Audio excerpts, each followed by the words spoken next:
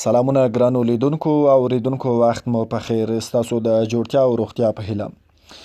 د افغانستان د آزادې مبارزې اتل لوبغاړي احمد ولي هوتک خپل سیال لوبغاړي ته ماته ورکړه. دا چې له دې وروسته څه وشول، په ټولنیزو رسنیو باندې چا مبارکیانې ورکړې، د دې ترڅنګ باز محمد مبارز څه وویل، بشپړ معلومات در وړاندې کوو. خو وړاندې له دې چې معلومات او ویډیو تر پای را سره ننداره کړئ، زموږ یوټیوب چینل هم در سره سبسکرایب کړئ، ترڅو پر وخت د سیمې هوا د نړۍ له وروستیو پیښو، نوو خبرونو او تازه معلوماتو به خبره شي. او همداشان که غواړئ چې جالبې په زړه پورې ویډیوګانې ننداره کړئ، حیرانونکي معلومات ننداره کړئ، نو بیا هم زموږ یوټیوب چینل در سره سبسکرایب کړئ.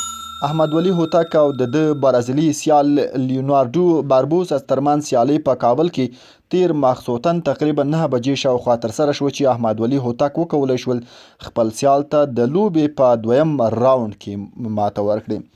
له دې وروسته په ټولنیزو رسنیو کې د افغان کرکټ ملي اتلانو سربیره د نړۍ مختلفو لوبغاړو مبارکیانې ورکړي دي. البته د ورزش د ډګر همداشان نورو چارواکو هم د ارګ لوري هم اعلامیه خپره شوه، نو موړي ته مبارکي ورکړه. راشد خان چې د افغان کرکټ ملي لوبډلې اتل لوبغاړی دی، نو موړي ته مبارکي ورکړي. د افغانستان د کرکټ ملي لوبډلې افسانوي کرکټر لوبغاړي راشد خان د آزاد مبارزې ملي اتل احمد ولي هوتک ته د بریا مبارکي ویلي ده. راشد خان په داسې حال کې احمد ولي هوتک ته د بریا مبارکي ویلي چې تېره شپه خپل برازیلي سیال لیوناردو باربوس ته سخته مات ورکړه او د لوبې په دویم راوند کې باربوسا ناک آوټ کړ. او په کور د ننه د همدغو سیالیو یو بل اتل لوبغاړی او د نوموړي مخکښ سرسخت سیال باز محمد مبارز هم د نوموړي د سیالۍ د ترسروي په موخه کله چې دغه سیالي ترسره کېدله، د نوموړي له خولې بې اختیاره چیغې ووتې چې په ګونډو یې که،